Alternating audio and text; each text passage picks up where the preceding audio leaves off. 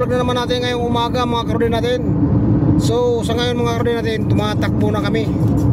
Sa service na kami, papunta na kami ng Mexico City. So mababa to, tatakbuhin namin. Galing dito sa may Veracruz, Tuxpan, Veracruz mga karode. 5 hours namin tong tatakbuhin. So tumatakbo kami ng 90 ang aming speed. Bilis niya, 90 na yan ha. Speed dito namin 90 yan. Yan o, 95 na o. 98. Alright. So may matuloy-tuloy yung takbo namin. So, dito maganda mag-drive kasi wala ka rin sasakyan. Napakalinis ang kalsada nila. Yan na yun. Wala ka rin kasalubong. Diba? Yan si Senyorito, driver namin. Si Segundo, kasama ko na sa front seat siya. So yan.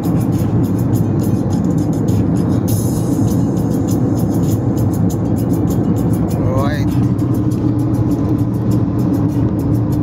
Ang binablog ko yung tagiliran yung madidadaanan kasi maganda tingnan siya. May kung lang siya, mayroon siyang tulding parang gangis ba, gangis kasi may sounds parang gangis. Okay.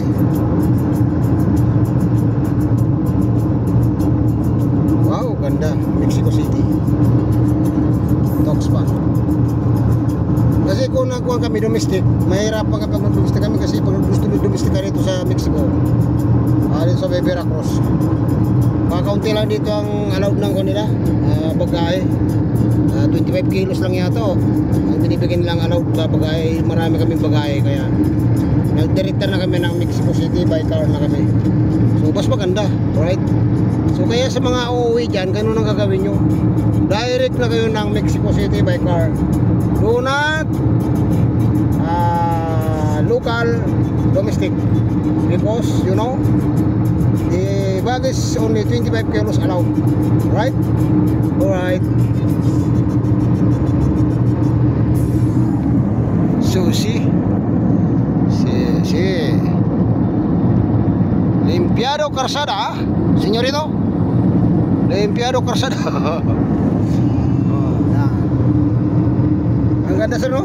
Walang anong sakyan, no? Kami vlogger dito. Siguro vlogger dito. Oh, ay viajado por aquí. Ay. Until Mexico City. Ya, no. No? Apenas.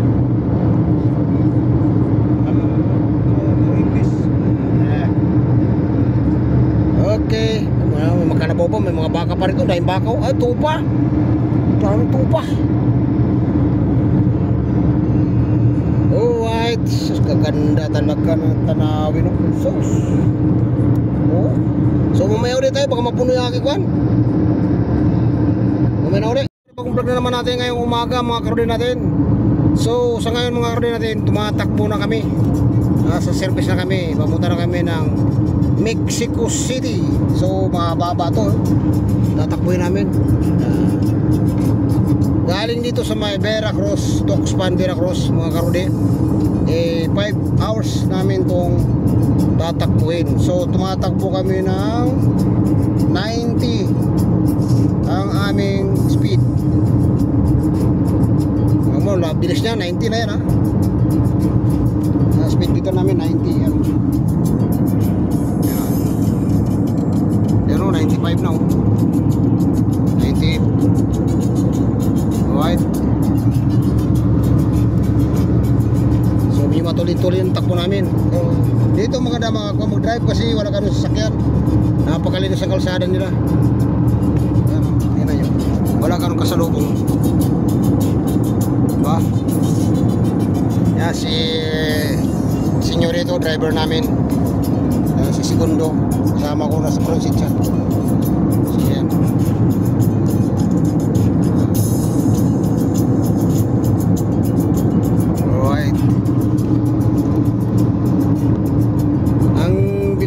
tagiliran yung mga dinadaanan kasi maganda tingnan siya. May kung lang siya, meron siyang tunding parang gangis ba, gangis kasi may sounds parang gangis. Okay.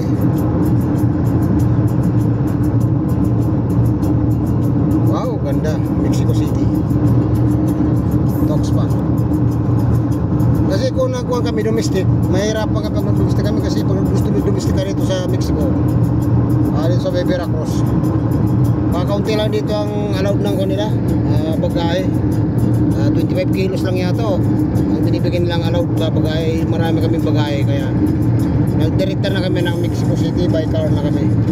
So mas maganda, right? So kaya sa mga uuwi dyan, ganun ang gagawin nyo. Direct na kayo ng Mexico City by car. Do not local domestic, because you know the bag is only 25 kilos allowed, right? Alright. Sushi. Sí. Limpiado Calzada, señorito. Limpiado Calzada.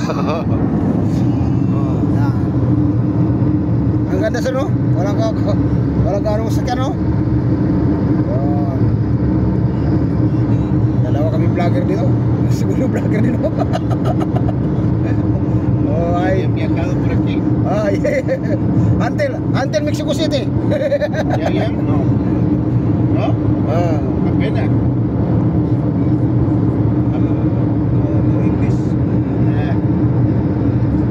Okay. May makanabaw pa, may mga baka pa rito, dahil bakaw. Ay, tupa. Parang tupa. Alright. Sus, kaganda talaga ng tanawin, no? Sus. Oh. So mamaya ulit tayo, baka mapuno yung aking kwan.